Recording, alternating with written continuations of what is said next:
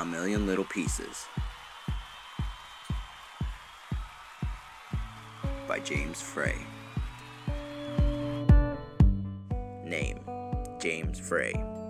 Occupation: author, screenwriter, journalist. Birth date: September 12, 1969. Age 47. Education: Art Institute of Chicago, Denson University. Place of birth: Cleveland, Ohio.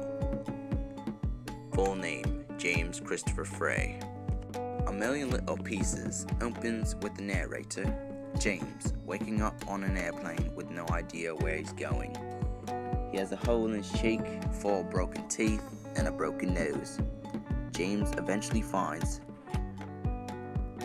out that the plane is bound for Chicago and that a doctor and 2 unidentified men brought him on board. James lands to find his parents who have come all the way from Tokyo to pick him up. Waiting for him, James' condition shocks and saddens them, and they immediately drive him to the family cabin. The next day, they check him into a rehab facility in Minnesota. Almost immediately after arrival, another patient pulls James to the floor when James refuses to give up his seat in the lounge. Things improve somewhat when James meets a young woman named Lily at the dispensary and a friendly, middle-aged career criminal named Leonard at a meal, both becoming his friends. Near constant vomiting and pain mark James's early days at the clinic. To fix his broken teeth, James submits himself to the horrific double root canal without Novocaine. James decides that his condition is hopeless and walks out of the clinic, but Leonard follows him and convinces him to stay. James's brother Bob and 2 friends show up at the clinic unexpectedly for a visit day and bring some gifts. This show of kindness moves James deeply.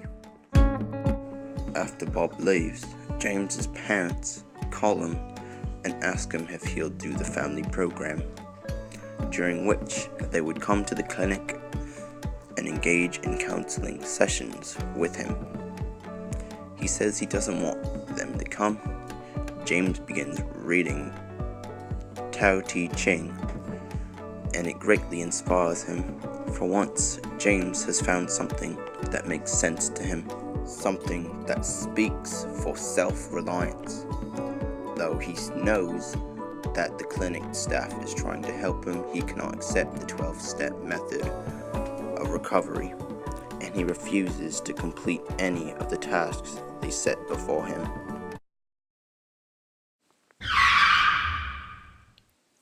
One of the things I very disliked about this book is that James Frey, or Fry, lied about certain things in his novel/memoir. Some of the readers very disliked that and wanted a refund.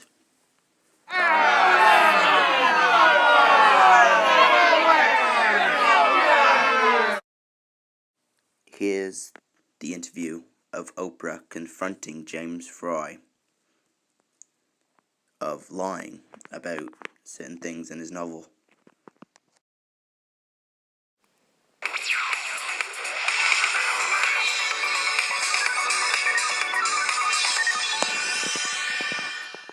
I don't know what is true, and I don't know what isn't. So first of all, I wanted to start with the smoking gun report, titled "The Man Who Conned Oprah," and I want to know where they write.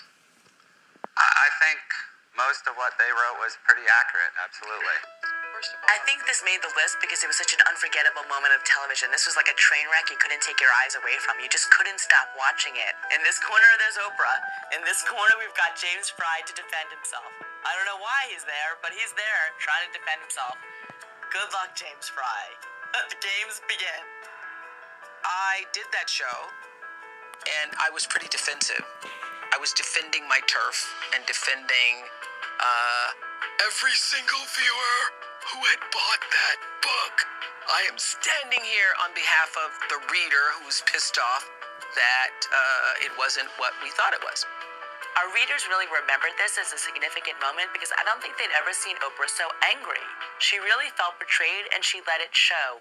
What I realized when I looked at the show again is that what everyone said to me at the time, and I could not hear it, that I was so hard on him. And I was like, but he deserved that because he had not been, forthright about what he had written. And what I realized about that is, over the years, I've always tried to maintain a position of non-judgment and being able to find a thread of light, a way in, to see that person as a human being and look at them with some sense of compassion. And I did not do that. James Frey.